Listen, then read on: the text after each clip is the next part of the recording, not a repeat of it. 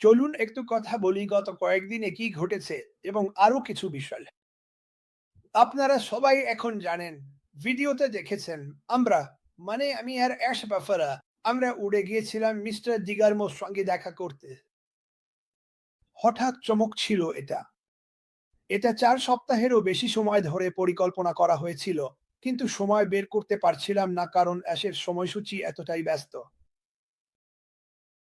আর আমি বলছি, সত্যিই খুব ব্যস্ত। আমি বলেছিলাম, গতকাল রাতে আমাদের একটা ওয়েবিনার ছিল, যেখানে সবাই একটু কথা বলছিল কি হচ্ছে তা নিয়ে। অ্যাশ আসলে সেখানে উপস্থিত হয়েছিল, কিন্তু আমরা সেই অংশটা রেকর্ড করিনি। কখনো কখনো ও যখন এমনটা করে, তখন শুধু ঘরের লোকজনের সঙ্গে কথা বলতে চায় আর সেটা রেকর্ড করতে চায় না। কাজে আমি ওর এই ব্যাপারটার প্রতি অনেক সম্মান দেখাই, কিন্তু ও ভালো কথা বলেছে, সত্যিই বলেছে, তাই এটা নিয়ে চিন্তা করার কিছু নেই। তো আমরা সেখানে গিয়েছিলাম, অনেক পাগলাকে সময় কেটেছে, দারুণ কিছু গল্প হয়েছে। আর সবচেয়ে ২টা সবচেয়ে স্মরণীয় মুহূর্তের মধ্যে একটা ছিল আজকে মাটির সঙ্গে দেখা। এটা ছিল বিশাল ব্যাপার। দ্বিতীয়ত, একটু থামো, আমি আরেকটা যোগ করতে পারি। সেটা হলো অবশেষে মাটির সঙ্গে দেখা হওয়া আর এরকম পাগলাটে সব ঘটনা। তুমি এটা জানো না, কিন্তু ও সবসময়ই এমনটা করে। শুধু এই কোম্পানি গড়ে তোলাই নয়, সে যেখানে যাকে সাহায্য করা দরকার মনে করে, সেখানেই মানুষের পাশে দাঁড়ায়। আমার মনে হয় অ্যাশ বাফারাকে আমরা সবচেয়ে বড় ধন্যবাদ দিতে পারি এই বলে, আমি তোমার পথ অনুসরণ করতে চাই। আমি মানুষের পাশে দাঁড়াতে চাই। আর ভবিষ্যতে জানি না কতদিন লাগবে। ইচ্ছে করতো আজই হতো, ইচ্ছে করতো গতকালই হতো। কোনো তারিখ বলছি না বা কিছুই বলছি না। আমার মনে বিশ্বাস আছে, তুমি যাকে দরকার মনে করবে, তাকে সাহায্য করতে পারবে। অন্যদের সেবা করা সম্ভবত জীবনে সবচেয়ে বড় কাজ যা তুমি করতে পারো।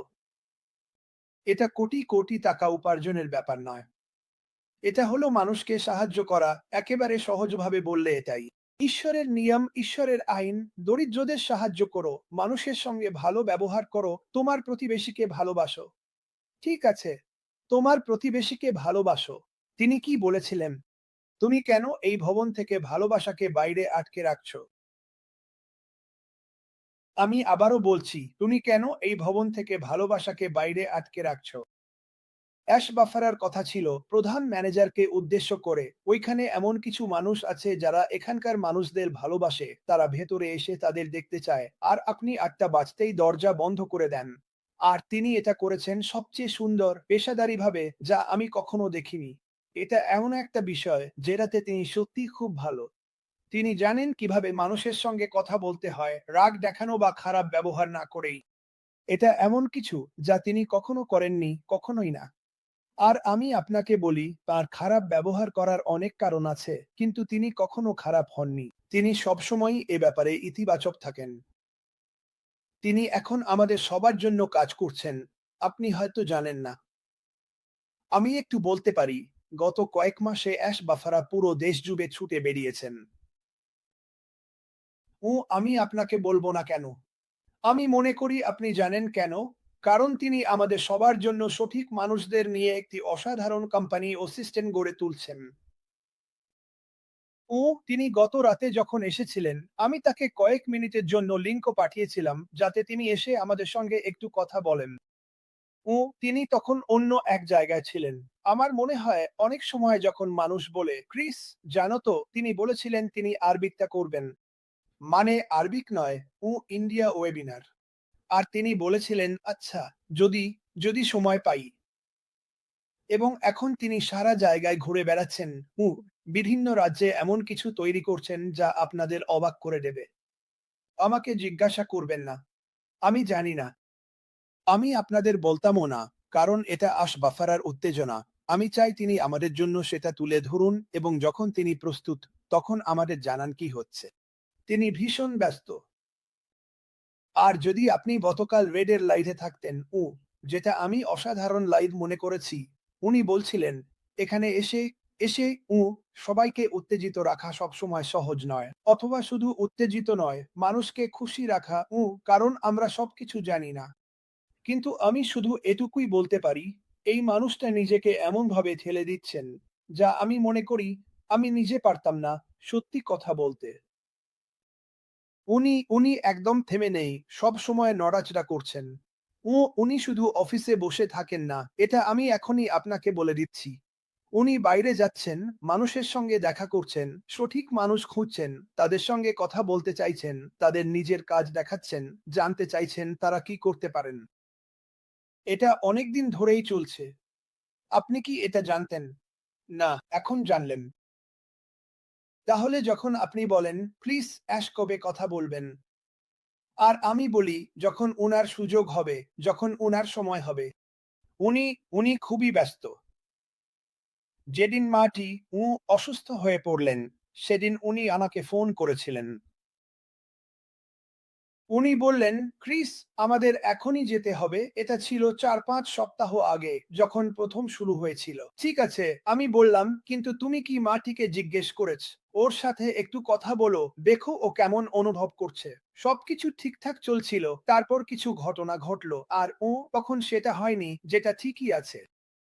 আমরা সবাই বুঝতে পেরেছিলাম কি হতে চলেছে। শোনো, অ্যাশ বাফারার সাথে কিছু একটা ঠিকঠাক সময়মতো করা, সেটা প্রায় অসম্ভবের কাছাকাছি। আমি এটা জানি। আমি এটা বলেছিও। মার্টি বলল, "তুমি কি এখানে আসবে?" আমি বললাম, "আসছি, বিশ্বাস করো বা না করো, আমি প্লেনের টিকিট কেটেছি, হোটেলও বুক করেছি। আমি অ্যাশকে জোর করেই নিয়ে আসব।" তখন অ্যাশ নিউ ইয়র্ক সিটিতে ছিল, তাই সে কয়েক ঘন্টার দূরত্বে ছিল। আমি তাকে ফোন করলাম, বললাম, "আমি টিকিট কেটে ফেলেছি।" "কি?" "আমি প্রায় পৌঁছে গেছি।" "কি?" তখন সে বলল, "আচ্ছা ক্রিস, আজ আমার একটা বড় মিটিং আছে। কালও আরেকটা আছে। আমাকে এই স্টেটে যাওয়ার কথা ছিল। আমাকে আমাকে কাল তোমাকে আবার ফোন করতে দাও।" "ঠিক আছে, দারুণ। আমি এখানে। আমি এখানে, অ্যাশ।" আর তুমি দেখতে পেতে ওর মধ্যে উত্তেজনা কাজ করছে এটা নিয়ে। সে আমাকে পরের দিন ফোন করে বলে, "ক্রিস, আমার এই মিটিংটা আছে। এটা ৩টা পর্যন্ত চলবে। যদি এর চেয়ে বেশি সময় লাগে, আমি পরের দিন আসতে পারবো।" ঠিক আছে। এটাই অ্যাশ। মজার ব্যাপার। তাহলে সে ফোন করে, "ক্রিস, মিটিংটা ৫টা পর্যন্ত চললো। আমি আসতে পারবো না কারণ ট্রাফিক নিয়ে যেতে ২.৫ ঘন্টা লাগবে। ওখানে অবস্থা খুব খারাপ।" ঠিক আছে। মাটি, সে এখনো ব্যস্ত। সে আগামীকাল আসছে। দুপুরের দিকে আমাকে ফোন করে বলে, "আমি সবকিছু ফেলে দিয়েছি।" তার আরেকটি রাজ্যে যাওয়ার কথা ছিল। সে বলল, "আমি সম্ভবত এটা জুমে করতে পারি।" তাই সে সেই সফর বাতিল করল। তার আরেকটি রাজ্যে যাওয়ার কথা ছিল। সে বলে, "আমি বাতিল করেছি। সবাইকে অপেক্ষায় রেখেছি। আমি আসব।" ঠিক আছে, ভাই। আর আমি বললাম, "ঠিক আছে, ভাই, কারণ আমি কখনোই জানি না তার সময়সূচিতে কখন কি উঠে আসবে।" অবশেষে সে পরের দিন প্রায় ৫টার সময় এসে হাজির হয়, আর সেটা ছিল অসাধারণ। তুমি কি ভিডিওটা দেখেছ? ওটাই ছিল আসল ভিডিও, ঠিক যখন সে ঢুকেছিল। মজা লেগেছিল। আমি মনে করি এটা অনেক মানুষকে উত্তেজিত করেছিল। কিন্তু এটা একই সঙ্গে দেখিয়েছে তার ভালোবাসা আর তার যে আবেগ, সেটা শুধু মিস্টার মার্টি ডি গারমোর জন্য নয়, তার পরিবারের জন্য এবং এই সব কিছুর জন্য। এই পৃথিবীতে খুব কম মানুষ আছে যারা তার মতো অবস্থানে থেকেও এমনটা করে। আর আমি চাই তুমি এটা নিয়ে ভাবো। আমি ভাবছিলাম, আমি তো বলতে পারতাম, এই লোকটা কে? কিন্তু আমি জানি এই লোকটা কে। এটা এমন কিছু যা সে বারবার করতে চায়, কিন্তু সে চায় আমরাও যেন এটা করি। তোমার যদি কারো সেবা করার, কারো সাহায্য করার সুযোগ থাকে, তাহলে সেটা করো। আমার জীবনে আনন্দ বেড়েছে কারণ আমি এখন মানুষের সাহায্য করতে পারছি। এই মুহূর্তে পারছি। আমি সবাইকে সাহায্য করতে পারি না। গত কয়েকদিনে আমি কিছু সুন্দর অনাথ আশ্রম থেকে ফোন পেয়েছি, সারা বিশ্ব থেকে, বিশ্বাস করো বা না করো। আর আমি জানি তোমাদের অনেকেই এই অনাথ আশ্রমগুলোকে সাহায্য করো।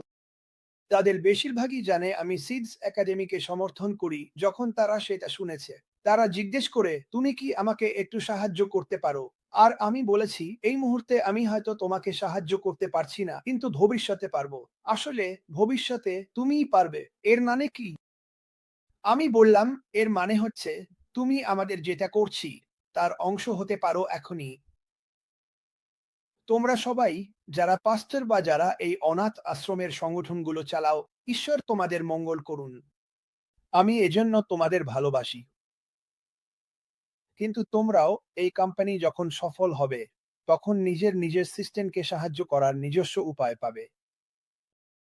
আমি এটা সবাইকে বলি, যারা কঠিন সময়ের মধ্য দিয়ে যাচ্ছেন, সংগ্রাম করছেন, তোমরা তোমাদের অবস্থার জন্যই অন্যদের সাহায্য করতে পারবে, কারণ তুমি জানো তুমি এই পরিস্থিতি ঘুরিয়ে দিতে পারবে এবং সেই মানুষগুলোকে সাহায্য করতে পারবে।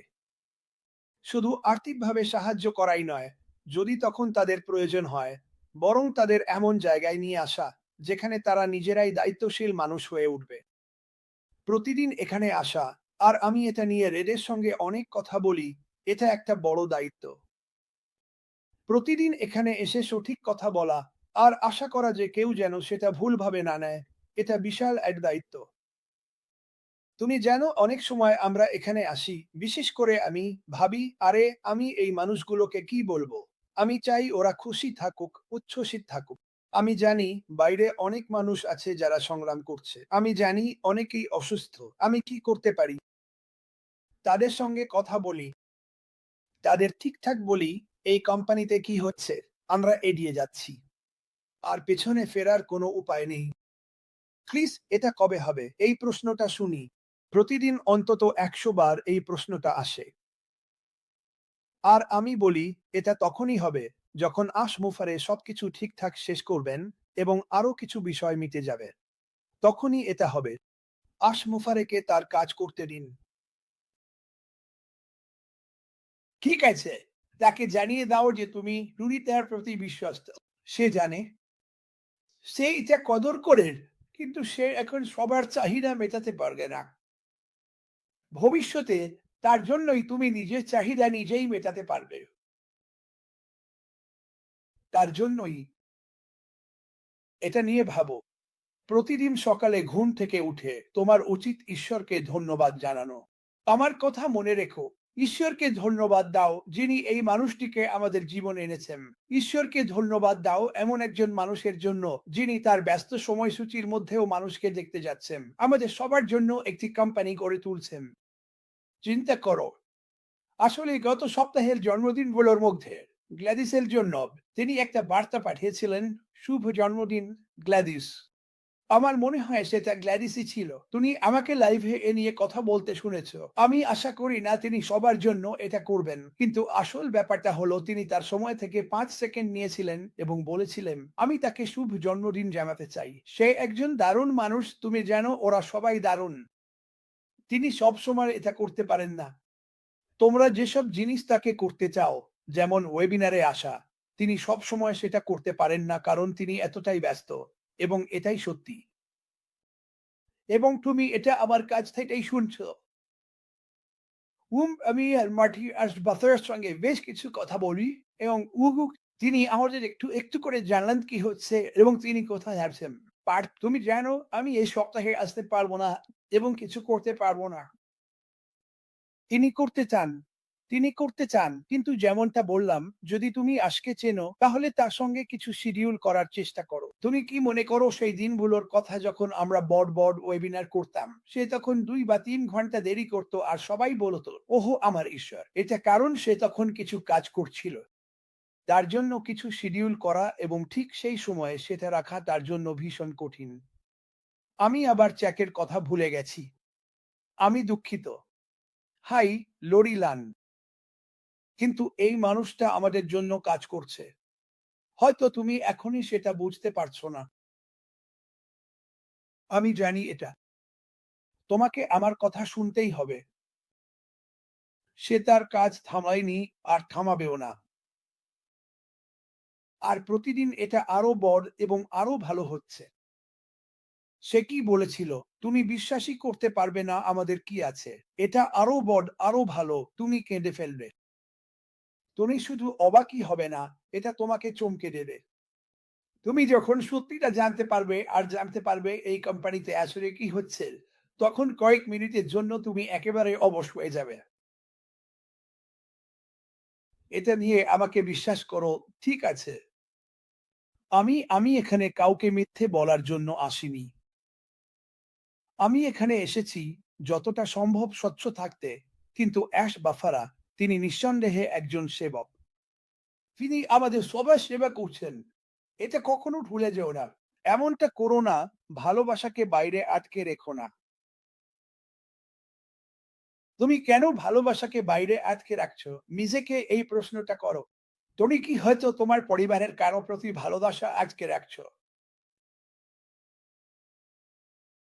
এবং একে অপরকে ক্ষমা করো। মানুষকে ক্ষমা করো। বলো, "আমি দুঃখিত।" এটা ঠিক আছে।